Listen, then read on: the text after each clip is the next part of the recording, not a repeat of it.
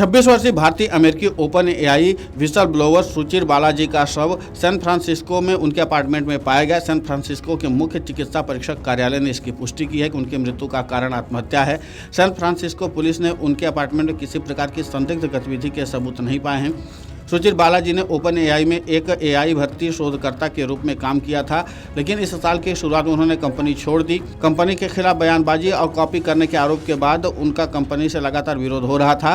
Company छोड़ने के बाद उन्होंने खुलकर ये बात कही थी कि चैट जीपीटी बनाने वाली कंपनी यानी कि ओपन एआई ने ऑनलाइन डेटा की नकल करके और इंटरनेट पर मौजूद किसी भी चीज़ की कॉपी करके कॉपीराइट कानून का उल्लंघन किया है। 2022 में चैट जीपीटी के लॉन्च होने के बाद से ही ओपन एआई पर कई मुकदमे दर्ज हुए हैं, जिनमें दावा किया गया कि कंपनी ने अपने चैटबॉट को प्रशिक्षित करने के लिए कॉपीराइटेड कंटेंट का उपयोग किया है। सुचिर बालाजी ने कैलिफोर्निया विश्वविद्यालय के बर्कले से कंप्यूटर साइंस की पढ़ाई की है और ओपन एआई और स्केल एआई में इंटर्नशिप की है। 2020 में वे ओपन एआई में शामिल हुए, जहां पहले से कई बर्कले स्नातक काम करे थे। न्यूयॉर्क टाइम्स के अनुसार बालाजी ने 2022 की शुरुआत में एक नया प्रोजेक्ट चैट जीपीटी 4 के लिए डेटा संग्रह करना शुरू किया था और इंटरनेट पर उपलब्ध सभी अंग्रेजी भाषा के पाठ का महीनों तक विश्लेषण किया।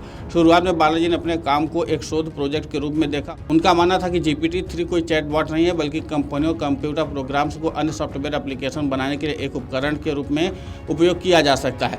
उन्होंने न्यूयॉर्क टाइम्स को बताया कि एक शोध में प्रोजेक्ट के साथ आमतौर पर आप किसी भी डेटा का प्रशिक्षण कर सकते हैं। अपने अंतिम सोशल मीडिया पोस्ट पर बालाजी ने लिखा, शुरुआत में मुझे कॉपीराइट, फेयर यूज आदि के बारे में जानकारी ज़्यादा नहीं थी, लेकिन जनरेटिव एआई कंपनियों के खिलाफ दायर सभी मुकदमे को देखने के बाद मेरी जिज्ञासा बढ़ी। उन्होंने आगे कहा, जब मैंने इस मुद्दे को बेहतर ढंग से समझने की कोशिश की तो अंततः मुझे यह निष्कर्ष निकला कि फेयर यूज कई जनरेटिव एआई उत्पादों के लिए एक अविश्वसनीय बचाव प्रतीत होता है, क्योंकि ये उस डेटा के साथ प्रतिस्पर्धा करते हैं जिस पर इन्हें प्रशिक्षित किया गया है। 2022 के अंत में चैट जीपीटी के लॉन्च होने के बाद बालाजी ने ओपन एआई के काम पर गहराई से विचार किया, दावे के साथ कहा कि कंपनी मूल रूप से कॉपीराइट कानून का उल्लंघन कर रही है। उनका मानना था कि इस तरह की तकनीकें इंटरनेट के लिए नुकसानदेह हैं। आपको बता दें कि सुचिर बालाजी ने मौत से 3 दिन पहले सार्वजनिक रूप से दावा किया था कि ओपन एआई ने अमेरिका के कॉपीराइट कानून का उल्लंघन किया है। ओपन एआई ने चैट जीपीटी बनाया है और इसको वैश्विक स्तर पर करोड़ों उपयोगकर्ताओं के साथ व्यापक व्यावसायिक सफलता हासिल हो रही है।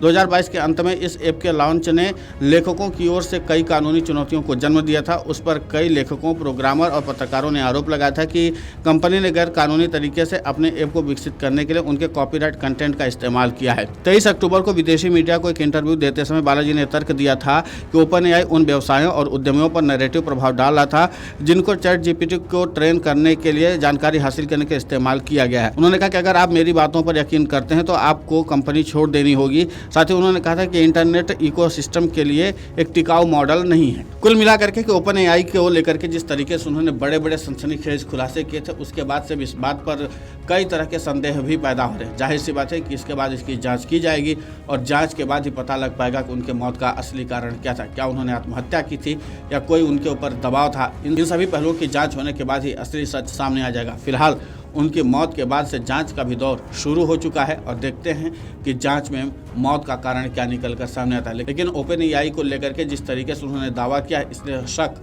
वहां पर भी जा रहा है। अब देखना यह होगा कि आखिर इसमें सुचिर बालाजी की मौत की वजह क्या निकल कर सामने आती है।